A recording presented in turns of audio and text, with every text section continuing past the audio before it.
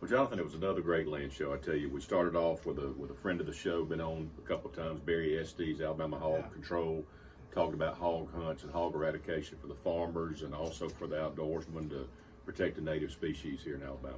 Yeah, he does a fantastic job. And then we jumped down into Wilcox County, talked to my good friend James Big Daddy Lawler down there, and he's just a great ambassador for everything in the Black Belt, but specifically for a log-a-load crappie fishing tournament on Lake Miller's Ferry coming up on April 18th. It's a big event, and sounds like it's a great cause, and it sounds like it's going to be a good tournament down there. Yeah, he's a character. He always promoting the Black Belt and the Pam Swanner book. Sound like a great thing.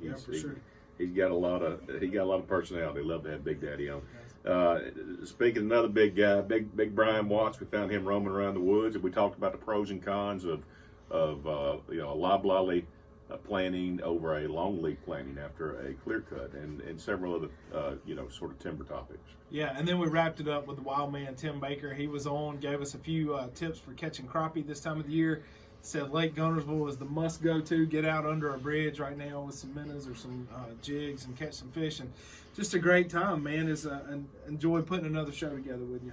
Yeah, y'all be sure to get us your questions at info@thelandshow.com. Follow us on the podcast. And be sure to listen to the rest of the podcast here. We appreciate you, as always, listening to The Land Show with Dave and Johnny.